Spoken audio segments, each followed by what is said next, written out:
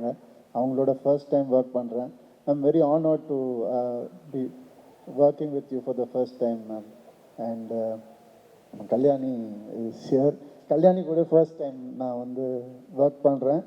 அவங்களோட ஒர்க் பார்த்துருக்கேன். ரொம்ப அழகாக பண்ணுவாங்க. அண்டு அதுதான் சொல்லுவாங்க, அவங்க நடித்தாலே படம் ஹிட் ஆகிடும் அப்படிலாம் சொன்னாங்க. அதுக்காக இல்லை, அவங்க வந்து அவ்வளோ டேலண்டட். ஸோ அதனால் ரொம்ப ஹாப்பியாக இருக்குது அவங்களோட ஒர்க் பண்ணுறது. கிருத்தி நான் நிறைய படங்கள் பார்த்துருக்கேன். செம்ம க்யூட்டாக பண்ணுறீங்க. All the best and I'm happy to work with you for the first time. Wamiqa வந்து தமிழில் first film. No, this is your first Tamil film? No, Tamil films. Sorry. No, I saw the love story one that I have seen. Modern love, yeah. Malai Nerthu Maikam, yes, correct. That was a beautiful, yeah, sorry. And அவங்க கூட நான் first time work பண்ணுறேன். ரொம்ப சந்தோஷமாக இருக்கு.